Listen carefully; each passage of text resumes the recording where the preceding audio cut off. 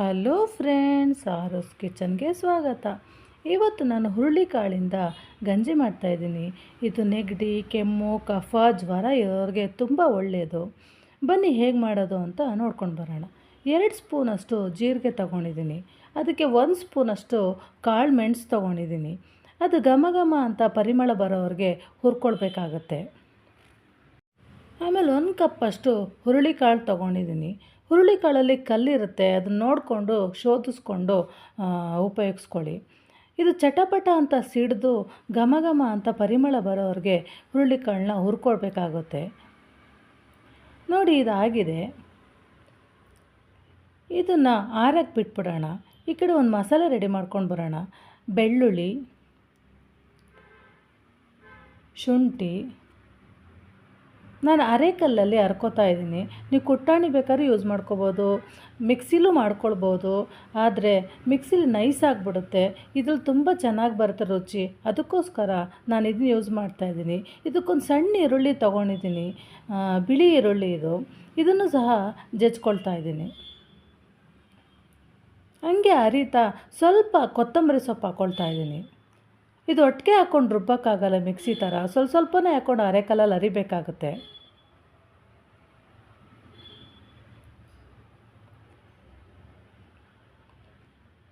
ನೋಡಿ, ಆಗಿದೆ ಇದು.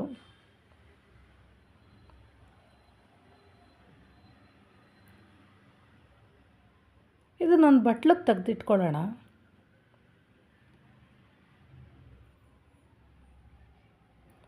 ಒಂದು ಮಿಕ್ಸಿ ಜಾರ್ ತಗೊಂಡು ನಾವು ಹಾಕಿರೋವಂಥ ಹುರುಳಿ ಮತ್ತು ಮೆಣಸು, ಜೀರಿಗೆಗೆ ಸ್ವಲ್ಪ ಉಪ್ಪು ಹಾಕಿ ತುಂಬ ನೈಸಾಗಿ ಪುಡಿ ಮಾಡ್ಕೊಳ್ಬೇಕು. ಈ ಪುಡಿನ ನೀವು ಒಂದು ಬಾಟ್ಲಲ್ಲಿ ಸ್ಟೋರ್ ಮಾಡಿಟ್ಕೊಂಡು ಯಾವಾಗ ಬೇಕಾದ್ರೂ ಆವಾಗ ಯೂಸ್ ಮಾಡ್ಕೊಳ್ಬೋದು. ಒಬ್ಬರಿಗೆ 2 ಸ್ಪೂನಷ್ಟು ಸಾಕಾಗುತ್ತೆ. ನೋಡಿ, ನೈಸಾಗಿ ಚೆನ್ನಾಗಾಗಿದೆ.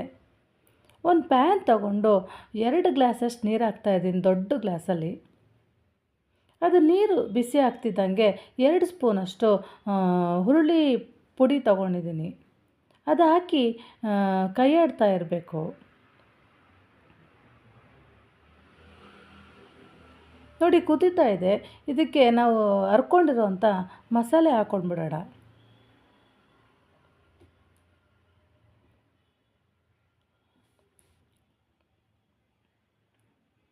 ಮಸಾಲೆ ಹಾಕಿ ಅದನ್ನು ಕೈ ಬಿಡದೆ ಕೈ ಆಡ್ತಾ ಇರಬೇಕು. ಇದು ಕುದೀತಾ ಕಮ್ಮಿ ಆಗ್ತಾ ಬರುತ್ತೆ. ಹುರುಳಿಕಾಳಲ್ವ, ಸ್ವಲ್ಪ ಲೇಟ್ ಆಗುತ್ತಷ್ಟೇ. ನೋಡಿ, ಕುದೀತಾ ಇದೆ. ಇದು ಡಯಾಬಿಟಿಸ್ ಇರೋರಿಗೆ ತುಂಬ ಒಳ್ಳೆಯ ಔಷಧ ಇದು. ನೋಡಿ, ಇದು ಕಮ್ಮಿ ಆಗಿದೆ. ಇದನ್ನು ಹಾಗೇನೂ ತೊಗೊಳ್ಬೋದು, ಇಲ್ಲಾಂದರೆ ಇದನ್ನು ಕಡ್ದು ಮಜ್ಜಿಗೆ ಸಹ ಹಾಕ್ಕೊಂಡು ತೊಗೊಳ್ಬೋದು. 1 ಗ್ಲಾಸಷ್ಟು ಮಜ್ಜಿಗೆ ತೊಗೊಂಡಿದ್ದೀನಿ. ಅದನ್ನು ಕಡ್ಕೊಳ್ತಾ ಇದ್ದೀನಿ ಕಡ್ಗೋಳಲ್ಲಿ.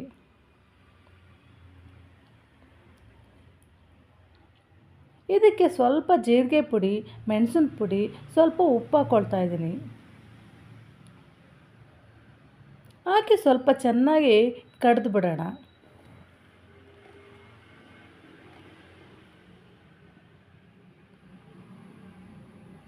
ನೋಡಿ, ಆಗಿದೆ ಇದು. ಇದನ್ನು ಅಲ್ಲಿ ಆಗಿರುವಂತಹ ಹುರುಳಿಕಾಳನ್ನ ಗಂಜಿಗೆ ಮಿಕ್ಸ್ ಮಾಡ್ಕೊಳ್ಬೇಕಾಗತ್ತೆ.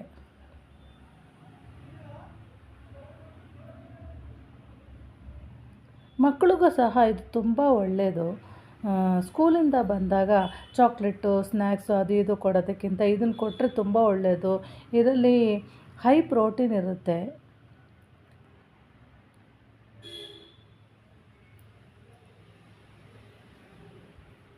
ಚಳಿಗಾಲಕ್ಕಂತೂ ತುಂಬ ಹಿತ ಅನಿಸುತ್ತೆ. ಇವಾಗ ನೀವು ಬರೀ ರಾಗಿ ಗಂಜಿ ಕುಡಿತಿರ್ತೀರ, ಅಕ್ಕಿ ಗಂಜಿ ಕುಡಿತಿರ್ತೀರ, ಅನ್ನದ ಗಂಜಿ ಕುಡಿತಿರ್ತೀರ. ಇದನ್ನು ಒಂದ್ಸಲ ಟ್ರೈ ಮಾಡಿ ವೀಕ್ಷಕರೇ ನೀವು.